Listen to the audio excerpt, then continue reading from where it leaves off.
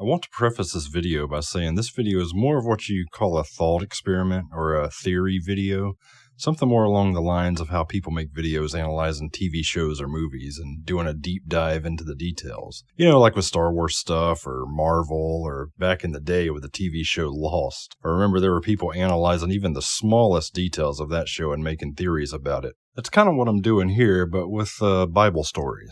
Trying to make some connections here and see if it fits. So here we go. Archaeonauts, away! We know the story from the Bible of humanity's first sin in the Garden of Eden. It's when the serpent tricked Eve into eating the forbidden fruit, who then convinced Adam to eat it as well. Their sin being they did basically the one thing they were told not to do. That is known as the original sin. But that is humanity's original sin. What is the deal with this serpent? The Bible story focuses on the humans, but it would seem the serpent had sinned before Adam and Eve committed their original sin.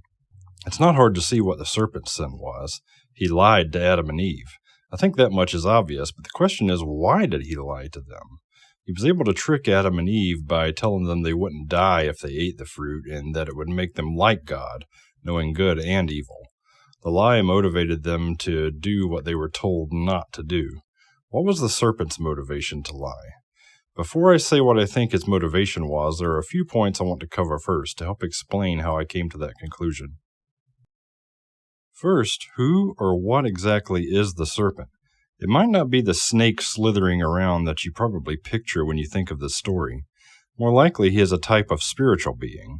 Dr. Michael Heiser says the Hebrew word translated as serpent has a double or triple entendre, and that it can mean snake, deceiver, or shining one. I'm not going to try to explain exactly how the Hebrew grammar works, but I think it has something to do with they only have consonants, no vowels, so depending on how you insert the vowels, the word could be a little different. And it's not always translated as serpent in every translation of the Bible. In the International Standard Version of the Bible, the word is translated as shining one. The shining one entendre is interesting because this may be an indication that the serpent was an angelic being. The seraphim are the throne guardians of God, and their name is translated as burning ones or shining ones. And apparently the root name is also similar to the name of serpent in Hebrew. So sometimes you even have depictions of seraphim that look like flying snakes because of that, I think.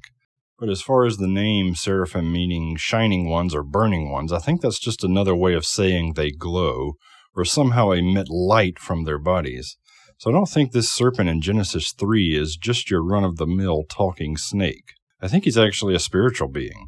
He may have had a snake-like form or face, as some types of angelic beings are depicted with faces of animals, like the cherubim in the book of Ezekiel, who have the face of a man, eagle, and lion. So with all that said, I think the serpent is some type of angelic being. The second point I want to make has to do with Adam and Eve. There are people who think that before the fall, Adam and Eve had an immortal, glowing form, like what Jesus showed to a few of the apostles in the Synoptic Gospels when he transfigured. His face glowed like the sun, and his clothes became as white as light. Some think this glowing form Jesus showed them is what humans originally look like. Now, I'm not sure if the glowing form is what Adam and Eve looked like prior to sinning, because Genesis never describes them this way, but I guess it's possible. I don't know that this is necessarily even an important point, but I bring it up because it might be. The third point here is the story from Genesis 6 about the sons of God marrying the daughters of men. The sons of God are fallen angels, much like what I think the serpent is in Genesis 3. The thing is, angels are not supposed to have mates.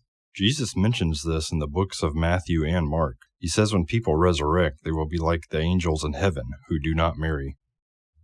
So with all of that in mind, what I think the serpent's motivation was, is he wanted to know the secret to creating life. Or in other words, I think he wanted to know how to make babies. I don't think he could, and this is where the second point comes in. If Adam and Eve had a glowing divine form prior to sinning, perhaps this hid their reproductive parts. After they sinned, they realized they were naked and tied fig leaves together to cover up. Maybe they wanted to hide their reproductive parts from the serpent. And even if they didn't have a glowing form before the fall, I kind of still think the serpent was motivated by wanting to create his own children. I think he was jealous of God and wanted to be worshipped, but I don't think Adam and Eve was good enough for him. I think he wanted kids of his own. Well, whatever his purpose was supposed to be in life, I don't think having kids was included in that purpose. The sons of God in the story in Genesis 6, I think, committed the same sin.